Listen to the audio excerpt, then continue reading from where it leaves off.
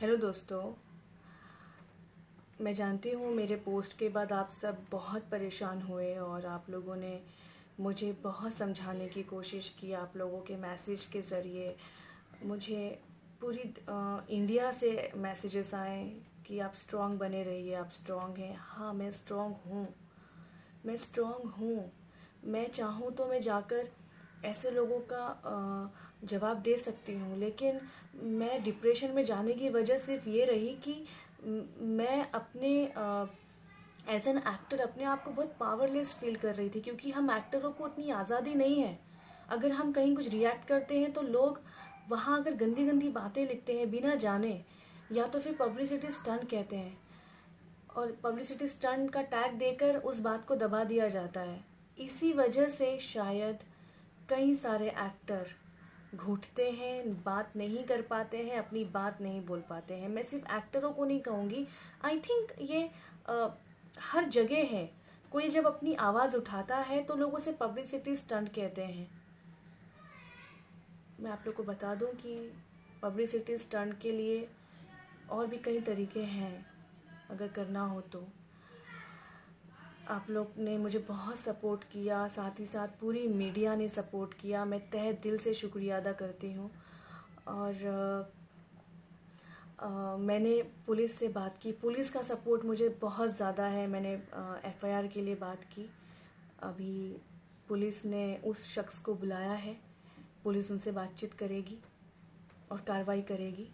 और जो वो शख्स हैं वो और उनके लोग ये कह रहे हैं कि उन्होंने भोजपुरी के खिलाफ, अश्लीलता के खिलाफ बातें लिखी हैं।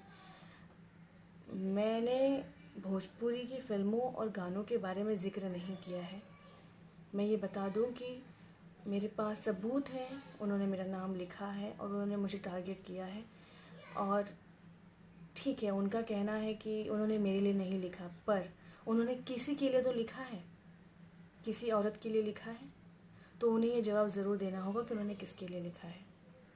और मेरे पास तो ऐसे भी सबूत हैं जिसमें उन्होंने मेरा नाम लिखा है, मेरी तस्वीरों का इस्तेमाल किया है, और वो लिख रहे हैं कि उनको कुछ होता है या उनको धमकियां आ रही हैं। तो मैं एक बात बहुत ही साफ शब्दों में कह देना चाहती हूँ कि मैंने अपने दर्द का बयां सिर्फ मुंबई पुलिस को दिया है, पुलिस को किया है, रिक्वेस्ट की है।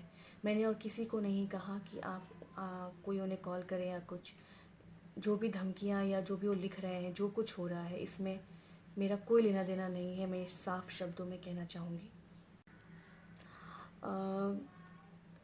जो भी वो लोग लिख रहे हैं, मुझे उससे कोई लेना देना नहीं है। उन्हें किन के कॉल जा रहे हैं, किन का क्या हो रहा है, मुझे उससे कोई मतलब नहीं है, क्योंकि मेरा उसमें कोई लेना देना है ही नहीं। आई नो, मैं जानती हूँ कि अगर मैंने आवाज़ उठाई है तो मुझे कई लोगों की बातें सुननी होंगी, कई लोग मेरे सपोर्ट में आएंगे।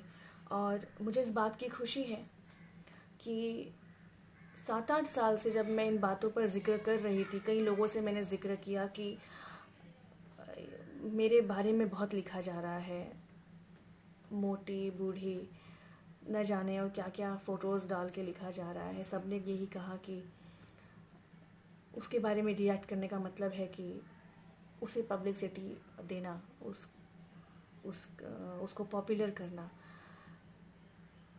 यही सुन सुन के मैं हमेशा चुप रही और मैंने रिएक्ट नहीं किया। पर अब जब मैंने रिएक्ट किया, क्योंकि मैं मैं मेंटली हरास्ड हो रही हूँ इस बात से। और जब मेरी हेल्थ पर बात आ रही है तो मैं उन लोगों में से नहीं हूँ कि अगर मुझे कुछ हो भी जाए तो लोगों को पता ही नहीं चला कि इसको हुआ क्यों, ये क्यों गई डिप्रेशन में या क्या हुआ।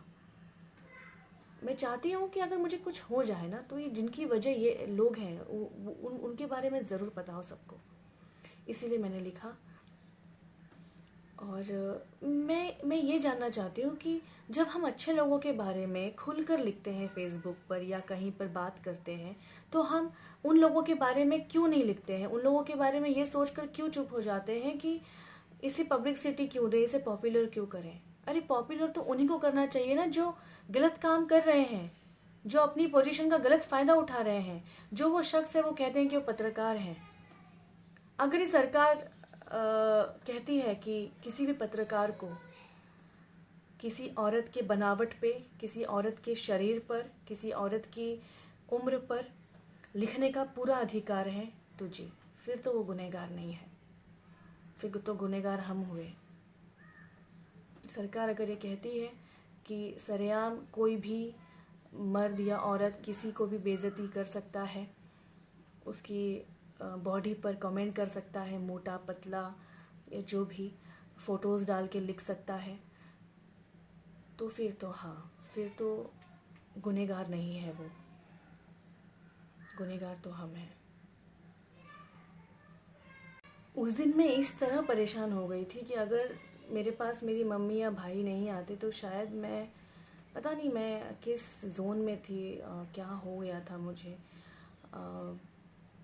पर मैं यहाँ सभी को धन्यवाद करना चाहूँगी, खासकर पूरी मीडिया को, जिन्होंने मेरी बात सुनी, जिन्होंने मेरी बात को महत्व दिया। उन्होंने समझा कि हाँ मैं तकलीफ़ में हूँ। उन्होंने इसे पब्लिसिटी स्टंट का टैग नहीं दिया। और मेरी इंडस्ट्री के लोग जो मुझे, जिन्होंने मुझे बहुत पहले से देखा है,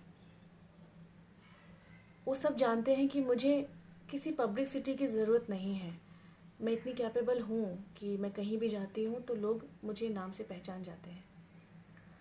फिर भी कुछ ऐसे इंडस्ट्री के हमारे लोग हैं जिसे हम दिग्गज कहते हैं, और वो दिग्गज कहलाने के बिल्कुल लायक नहीं हैं, जिन्होंने इसे पब्लिसिटी स्टंट का टैग दिया।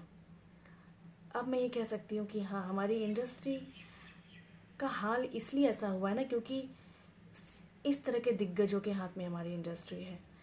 थैंक यू पूरी मीडिया को, थैंक यू पुलिस, जिन्होंने मेरी बात को समझा और मेरे हाँ, मुझे मुझे पुलिस ने डांटा भी कि डिप्रेशन क्या है, और समझाया भी मुझे। और मुझे पूरा भरोसा है कि इस पर कार्रवाई होगी, और देखते हैं। कल बुलाया गया है, अब वो अपने आप को कितना सही साबित करते हैं।